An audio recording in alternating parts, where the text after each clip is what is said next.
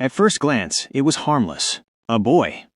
An umbrella. A summer street frozen in 1910. Nothing about the photograph suggested danger. No blood. No shadows shaped like hands. No distorted faces. It looked like the kind of image families once framed and placed on mantels, proof that a childhood had existed, even briefly. But the photograph was never meant to be remembered. It survived by accident, and when it was finally enlarged, something in it refused to stay quiet. The photograph surfaced during the cataloging of a private estate in New England, the kind of estate that had not been lived in for decades. Dust lay thick enough on the floor to preserve footprints. The air carried the faint, sour smell of damp paper and rotting wood. Nothing inside the house suggested wealth or fame, just the slow abandonment of a life that had ended without witnesses. Inside a locked cedar chest, beneath yellowed letters and a child's shoe, the photograph was found wrapped in cloth. Not framed, not labeled. Hidden, the image showed a boy no older than 8, standing alone on what appeared to be a residential street. Wooden houses behind him. Dirt road beneath his feet. He wore a buttoned coat despite the brightness of the day. In his right hand, he held an umbrella, closed, its tip resting on the ground. The boy was smiling, not wide, not forced, soft, polite, the kind of smile children were taught to give when adults told them to stand still. On the back of the photograph, written in fading ink, were only 3 words. Do not enlarge. That warning was ignored. Early photographs were unforgiving. Exposure times were long. Subjects had to remain motionless. Children struggled the most. Any movement turned them into blurs. Ghosts smeared across the frame. Yet the boy was perfectly sharp. Sharper than the houses. Sharper than the road. Sharper than the sky behind him. That alone raised questions. But curiosity is never satisfied by one wrong detail. The photograph was scanned. Cleaned. Adjusted. And then zoomed. At first, nothing changed. The boy's face held its gentle smile. His hair was neatly combed. His eyes, dark, reflective, looked slightly to the side of the camera, as if focused on someone standing just beyond the photographer. Then, the zoom passed the boy's hands and reached the umbrella. The handle was wrong. It was not curved like umbrellas of the period. It was straight, thick, wrapped in what looked like worn leather, and it was being held too tightly. The boy's knuckles were pale. His fingers pressed deep, unnaturally deep into the material, deep enough that the leather seemed to bend inward as though soft, as though it wasn't leather at all. Further zoom revealed something worse. The umbrella cast a shadow, but the shadow did not match the object. It stretched longer than it should have, wider, and at its edge, where shadows usually fade, there was definition. Too much definition. The shadow ended in something like fingers. The archivist working on the scan reported a sudden headache. Nothing dramatic. Just pressure behind the eyes. She finished the scan, saved the file, and shut down her workstation early. That night, she dreamed of rain, not falling, waiting. The photograph gained attention quietly, passed between specialists who believed themselves immune to superstition. They spoke of lens distortion, exposure anomalies, damaged emulsion. They spoke too long, because the longer the image was studied, the more consistent the reports became. The boy's smile appeared different after extended viewing. Not wider, closer. The eyes seemed to follow changes in angle. And the umbrella never stayed the same shape twice. Historical records were searched. No missing child matched the image exactly. No death certificate. No census listing that placed a boy of that description on that street in 1910. But a local newspaper, dated August of that year, mentioned something odd. A brief article. 3 sentences. A sudden storm passed through the Eastern District yesterday afternoon. Witnesses described the rain as localized. 1 child was reported missing. Authorities found no body, no name, no follow-up. The photograph was enlarged again. That was when they saw it. Behind the boy. Between the houses. Just past the edge of focus, something stood in the doorway of one of the homes, tall. Too tall, and holding something long and narrow. Something that reflected light the same way the umbrella did. The boy was not alone when the photograph was taken. He was being watched, and whatever stood behind him was not facing the camera. It was facing him. The archivist resigned 2 days later. Before leaving, she deleted every copy of the image she could access. Except one. The original scan was left open on her screen, zoomed into the boy's face. The final activity log on her computer recorded a single action repeated dozens of times in the minutes before shutdown. Zoom in. Zoom in. Zoom in. As if she were trying to see something closer, or something was asking her to. This photograph was not sweet. It was not innocent. It was a moment preserved too clearly for something that should not have remained still. And once the image was seen clearly enough, it began to look back. The problem with the photograph was not what it showed. It was what it allowed. Once the image had been enlarged beyond its original scale, something about it stopped behaving like a photograph. Files copied from the scan showed small inconsistencies, pixels shifting where no compression artifact should exist. Shadows changed shape between identical exports. The umbrella's tip appeared closer to the ground in one version, slightly lifted in another. No edits had been made. The image was simply refusing to settle. The estate where the photograph was found belonged to a family long erased from local memory. Their name appeared rarely in records, and when it did, it was always attached to property transfers, tax liens, or notices of absence. No births, no marriages, and, curiously, no recorded deaths inside the household. The house itself had been abandoned abruptly sometime after 1910. Furniture remained. Dishes sat cracked in cabinets. A child's coat hung by the door, small, dark, and stiff with age. But there were no photographs on the walls, except nail marks. A second archivist took over the research. He was younger, confident, the kind of person who believed fear was a relic of ignorance. He dismissed the early reports as coincidence and stress. He insisted the photograph be analyzed like any other artifact. That was his first mistake. His second was adjusting the contrast. The street behind the boy brightened. Details emerged. Wooden slats. A fence line. A narrow alley between two buildings that had not been visible before. And in that alley, something stood far back in the darkness. Not fully shaped, but present.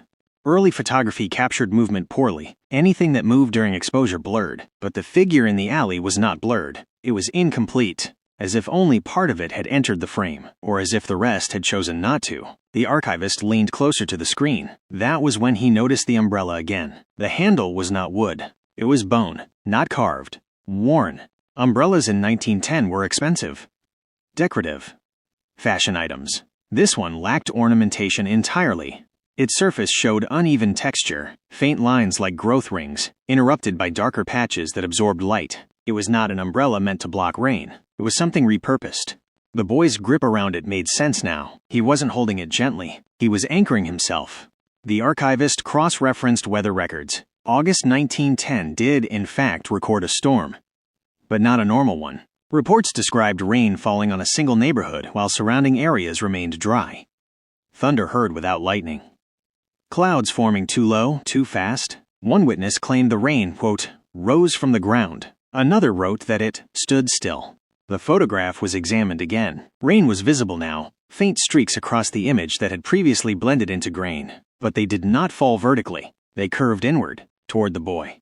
That night the archivist woke to the sound of dripping. Not from the ceiling, from his hallway. The floor was dry, but the sound continued, steady and patient, as though something wet were standing just out of sight. He did not investigate. He remained still until morning.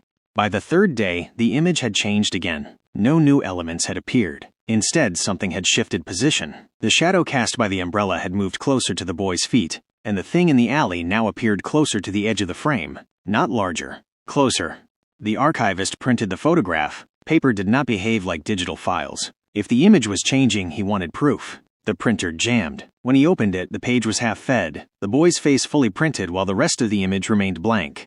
Except for one thing. A dark shape bled outward from the umbrella's shadow, soaking into the paper fibers. The shape looked like a footprint. The archivist did not return to work the following day. His apartment was found locked from the inside. No signs of forced entry. No signs of struggle. He was discovered standing in his bathroom, fully dressed, holding nothing, but his hands were positioned as if gripping something long and narrow. His fingers were stiff, curled, indented, as though they had been holding that shape for a very long time. The photograph was sealed, labeled hazardous, restricted from further study. But restrictions do not erase curiosity, and curiosity, once exposed, does not forget. Years later, the image resurfaced online. A low-resolution scan posted anonymously to a forum dedicated to historical anomalies. No context, no warning, just the image. Within hours, users began noticing the same things. The umbrella, the shadow, the figure in the background. Someone commented that the boy looked relieved. Someone else replied that he looked resigned. A third user pointed out something new. The boy's feet, they were not touching the ground. The thread was deleted, but screenshots remain. And once something has been seen, it does not return to being unseen. The photograph was not a record of a moment. It was a record of a handover, A child taught to stand still long enough for something else to finish arriving, and the umbrella was never meant to protect him from the rain. It was there to mark him. The storm of 1910 did not pass. It learned where to stop. By the time the photograph reached the public, it was already incomplete. Not damaged, emptied. Every official archive that once held a copy now listed it as misfiled, lost, or never received. Records contradicted each other. Accession numbers looped back on themselves. One ledger referenced a withdrawal dated 5 years before the photograph was taken. It was as if the image had begun rewriting its own paper trail. The online copy should not have mattered. Low resolution, heavily compressed. A shadow of a shadow, but compression does not erase structure. And structure was exactly what the image carried too well. People who downloaded it noticed the same thing within hours. The longer the file stayed open, the slower their systems responded. Not crashing. Not freezing. Hesitating. As if processing something unnecessary. A graduate student studying early American photography downloaded the image out of academic curiosity. He zoomed in once. Then again. Then adjusted the levels to isolate the shadows. That was when he noticed the rain had depth, not streaks, threads, each one curved slightly, bending inward toward the umbrella tip. And where the rain converged, the darkness beneath the umbrella was not solid. It was layered, like overlapping silhouettes occupying the same space. The student felt a sudden pressure in his chest, not pain, not fear. Instruction, the irrational certainty that he should stand up. He did, and remained there for several minutes, staring at the screen, until his roommate asked what he was doing. "I think," he said slowly, "I'm in the way." That sentence appeared again later. In a police report, in a hospital intake form, in a handwritten note left beside an unplugged monitor. Always the same phrasing. The boy in the photograph began to change. Not dramatically, subtly. His posture straightened further. His smile softened into something almost apologetic. And the umbrella, once clearly an object, started to lose definition at its edges, as if it were becoming less necessary. Researchers traced the location of the photograph to a street that no longer existed. The houses had been demolished decades earlier. The land repurposed, paved, forgotten. But an older map showed something strange. The street had been renamed twice within 10 years. And before it had a name at all, it was marked only with a symbol. A simple vertical line crossed by 3 shorter ones, like rain striking ground. Local folklore surfaced reluctantly. Stories told only when prompted, always followed by dismissal or laughter that came too late. An old belief, a thing about storms that did not move, rain that fell in one place and nowhere else, and children who learned too quickly how to be quiet. The umbrella was not protection, it was permission. One surviving diary from the period mentioned a boy who stood through the rain without blinking. The entry described adults watching from windows, unsure why none of them went outside. The writer noted something else. The rain did not touch the boy's shoulders. It stopped inches above him, as if waiting for something to finish forming. The photograph captured that pause, that exact interval between arrival and completion, and those who looked too closely began to feel it, the pause, the expectation. A pattern emerged. People who merely glanced at the image felt uneasy. People who studied it felt watched. People who zoomed in too far felt compelled to remain still. And those who adjusted the image to clarify the umbrella. They reported rain, even in dry rooms, even indoors. One man described standing beneath a streetlight at night while it rained everywhere except directly above him. He said the darkness above felt heavier than clouds, as if something were holding its breath. The boy's eyes, when examined frame by frame, reflected something not present in the street. A vertical shape, tall, interrupted by movement around it, like rain sliding off a surface that could not be seen. The photograph was removed again, hard drives wiped, servers scrubbed, but this time, something remained. A residue. Screens where the image had been displayed showed faint afterimages, subtle distortions in brightness that did not fade. People described them as outlines, not of the boy, of what had been waiting above him. The storm was not an event. It was a process, and the boy had been the first successful still point. The umbrella finally disappeared from the image, not removed, replaced. Where it once stood was now a darker absence, shaped like something that no longer needed to be held. And the boy's hands, they were empty, but still gripping. The disappearance of the umbrella should have ended the phenomenon. Instead, it accelerated it. The image no longer needed an object to anchor attention. Whatever the umbrella had once represented, permission, containment, instruction, had already been learned. The boy had learned it, and now others were beginning to. Attempts to reconstruct the original photograph using period-accurate equipment failed. Every recreation came out wrong. Exposure times matched. Lenses matched. Even lighting conditions were carefully duplicated. But something was always missing. Or worse, something extra appeared. One reproduction developed a faint vertical distortion directly above where the boy would have stood. Another showed rain-like streaks forming despite the absence of moisture. A third cracked during development, the fracture pattern bending inward instead of outward, as if the image were rejecting imitation. The land itself began to show anomalies. Workers repaving the area reported sudden cold pockets during clear weather. Tools left standing upright would fall over without explanation, except one. A long, narrow metal rod used for measuring ground depth remained standing for hours, untouched by wind or vibration. No one moved it. No one wanted to. A previously overlooked document surfaced in a private collection, a letter written by a local physician in late 1910. The handwriting was neat. The tone clinical. Until the final paragraph, the child did not die during the storm. He ceased responding before the rain ended. I am uncertain when he stopped being alone. The letter ended without a signature. By now, the photograph no longer needed to be viewed directly. People described dreams of standing beneath something tall and patient. They felt rain approach but never arrive. They were instructed, without words, to remain still. Some woke standing. Others did not wake at all. The boy's name, long absent from records, finally appeared. Elliot Merrow, age 8. Listed once, never again. Elliot had been known for standing quietly. Teachers praised his discipline. Neighbors described him as well-mannered. His parents were rarely seen. Their house faced the street, but kept its curtains drawn even during daylight. The storm occurred on a Sunday. No church bells rang that day. Witnesses later said the sound was swallowed. The photograph, in its latest known state, showed no rain, no umbrella, no shadow, only the boy, standing. And behind him, no longer hidden by blur or darkness, stood the shape that had once been incomplete.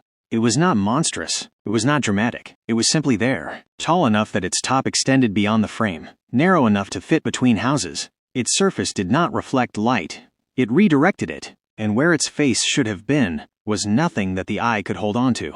People who saw this version did not scream. They stopped, mid-breath, mid-step, mid-thought. Some remained that way until discovered. Others were never found. The storm of 1910 had been a test. Elliot had passed. The photograph was proof. And proof, once observed, creates expectation. The phenomenon spread not through images, but through awareness, through the understanding that stillness could invite something closer. That patience was not passive. That standing long enough, quietly enough, could allow a presence to finish arriving. The boy had been the first. But first does not mean only. By the time authorities realized the pattern, it was already embedded. Not in archives, not in photographs, but in behavior. People were learning without being taught. It began with small, harmless pauses. A man standing too long at a crosswalk after the light turned green. A woman freezing mid-sentence, eyes unfocused, posture perfect. Children stopping in the middle of play, umbrellas forgotten in their hands even when the sky was clear. Doctors called it dissociation. Psychologists blamed stress. Climatologists denied any connection to weather. None of them understood the rule. You did not need rain. You only needed to wait correctly. Surveillance footage captured the change better than photographs ever could. In one clip, a subway platform during rush hour, hundreds of people moving in controlled chaos. At the far end of the frame, a single figure stands motionless near a pillar. Minutes pass. Commuters flow around him. No one bumps into him. No one acknowledges him. It is as if space itself has adjusted. When the footage is enhanced, something tall appears briefly behind the pillar. Too narrow, too vertical, gone in the next frame. The man never moves again. Researchers reviewing the footage experienced symptoms even without seeing the image directly. One analyst reported feeling, quote-unquote, aligned. Another wrote only one sentence before resigning. It's easier when you don't resist the stillness. The boy, Elliot, was no longer visible in the image. Not erased. Completed. The space he once occupied now felt cleared. Prepared. The umbrella reappeared in reports worldwide. Not always as an object. Sometimes as a sensation. Pressure above the head. The certainty of shelter where none existed. People described holding something long and narrow in their dreams. They woke with aching hands. Indented palms, meteorological instruments began recording impossible readings. Rain detected without clouds. Humidity spikes in sealed rooms. Localized pressure drops shaped like columns. The storms did not move. They waited. A classified report referenced a theory abandoned almost immediately. The idea that stillness itself could act as a conduit. that when a body remained unmoving long enough, it ceased to interrupt something passing through space. The boy in 1910 had not been chosen. He had been suitable. The photograph's final known copy was destroyed in a controlled burn. Observers reported the flames bending inward, avoiding a narrow vertical strip at the center of the image. That section did not burn. It simply darkened. In the weeks that followed, disappearances increased. Not sudden. Not violent. People were found standing. In fields. In hallways. On rooftops. Always dry. Always upright. Always facing slightly upward. No signs of struggle. No cause of death. Just a subtle compression in the air around them, as though something tall had recently occupied the same space. The storms now came without warning. A single block drenched while the rest of the city remained dry. Rain falling upward. Umbrellas opening on their own. Children were told to keep moving, but children learn faster than adults. They notice when standing still makes the world quiet. Somewhere, something had finished arriving, and it was no longer satisfied with one place. There was no announcement when it finally happened. No sirens. No warnings. No final message broadcast to prepare anyone, because preparation was never required. Only compliance. The storms no longer appeared as weather. They appeared as pauses. Entire streets would fall quiet for a fraction of a second too long. Wind would stop mid-motion. Leaves would hang in the air as if undecided. Conversations would thin, stretch, then fail. And somewhere in that silence, the vertical pressure would return. Witnesses described the same sensation across different cities, different countries, different climates, a feeling of something standing behind reality, not entering, not emerging, waiting for space to open. The first mass incident occurred in a shopping arcade at midday. Cameras showed normal movement until one child stopped walking, just stopped. Hands at his sides, head slightly tilted upward. Within seconds, 3 adults near him slowed. Then more. Shoppers adjusted their posture unconsciously, feet aligning, shoulders squaring. No one panicked. No one screamed, because panic requires motion, and motion was becoming unnecessary. When emergency services arrived, they found 47 people standing in place. Alive, breathing, but no longer responding. Rain fell only inside the building, not from the ceiling, from above the people, as if something tall were passing through them slowly. Medical scans revealed something impossible. Their bodies were intact, but space around them showed compression, like an imprint left behind after something large steps away. Except nothing had stepped away. It had settled. Experts spoke in quiet rooms. They avoided words like entity and presence. They used terms like columnar anomaly and atmospheric convergence. But none of those explained why the affected individuals all shared the same posture, the posture of a child holding an umbrella. The original photograph was finally understood, not as a warning, not as evidence, but as instruction. Elliot Merrow had not been taken. He had been shown how to make room. When enough people learned the posture, the stillness became stable. Storms stopped behaving like storms. They behaved like structures, invisible towers of pressure standing quietly in populated areas. Cities adapted. People learned routes around places where time felt thicker, where sound dampened, where standing too long felt correct. Children began drawing tall shapes in rain. Parents told them not to stare upward, not to stop moving. But children noticed something adults had forgotten. Stillness feels safe. The final report from the now-defunct research division ended with a single conclusion. The phenomenon does not invade. It occupies space made available. It has always been here. We simply learned how to stop interrupting it. There are no longer photographs of Elliot Merrow, no images of the boy with the umbrella, because the image is no longer necessary. The lesson has been learned. If you feel the urge to stop while watching this, if you notice your posture adjusting, if the room feels quieter than it should, do not panic, do not look up, and whatever you do, do not stand still for too long. Somewhere, a storm is waiting, and it has learned patience. This story exists in the space history of voids, the moments that were recorded but never explained. Welcome to Forgotten Remains, where the past doesn't chase you. It waits.